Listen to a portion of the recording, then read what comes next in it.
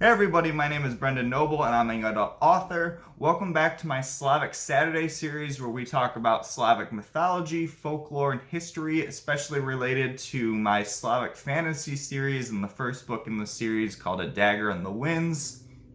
This week on our Slavic Saturday series, we're talking about the Bannik, a Slavic spirit of the bathhouse that can have some very positive connotations, but some odd ones as well, which is kind of common in Slavic myth if you've been watching some of my other videos.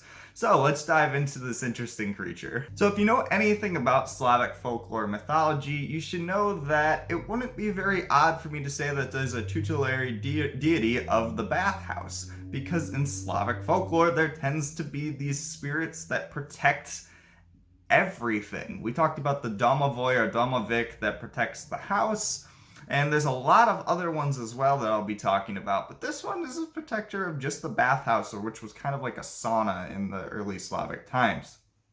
And this is kind of important because you might wonder why this is such a significant place to the early Slavs, but it was because a lot of people were born in the bathhouse. It was considered a good place to give birth, apparently, and so there's a lot of power around that, as well as a lot of divinations, which were also an important part of the Slavic religion that took place within these bathhouses. So they were important in that aspect, and they were believed to have some power related to them magically. So the Bannik is usually pictured as a man with a very small body and a large head. He has long, disheveled hair and a beard that sometimes can even stretch down his entire body.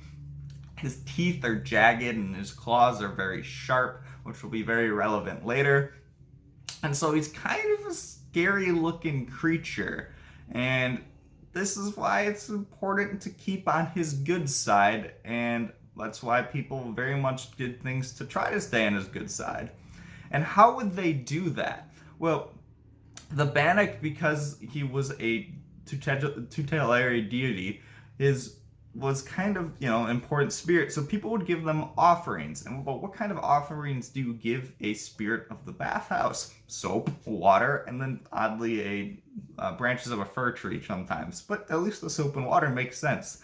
The Bannik liked to keep things very clean, and he had a specific space that he expected would be reserved for him, which was either the third or fourth stall of the bathhouse. And he would keep this area very clean, and he expected it to be kept that way, and so giving him soap and water helped him do that.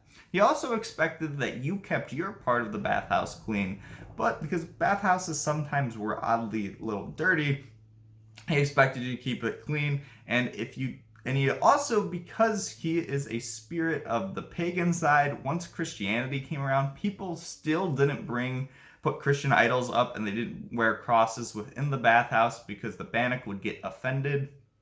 And so they didn't do these things. If you offended a Bannik, things can get bad. The Bannik could try to kill you with the steam in the bathhouse.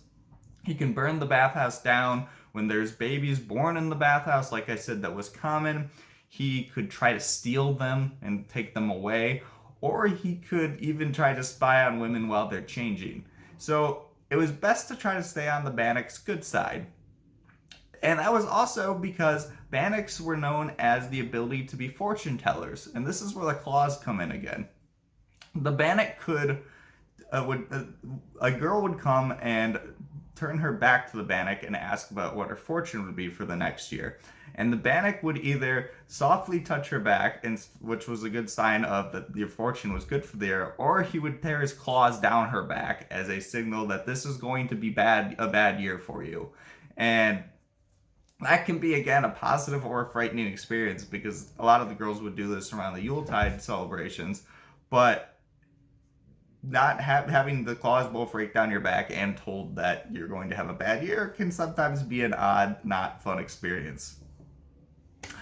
That's all I have for you guys today on our Slavic Saturday series. I hope you enjoyed talking about the Bannik, and if you enjoy videos like these, please remember to like and subscribe down below. I also have a newsletter that you can subscribe to for more information about these posts, as well as my book series that I'm continuing to work on. I hope to see you guys all next week, where we talk about more Slavic myths, demons, folklore, and history.